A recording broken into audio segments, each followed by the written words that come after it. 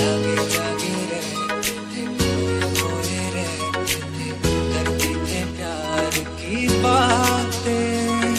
कभी तन्हाई में कभी पुरवाई में होती थी रो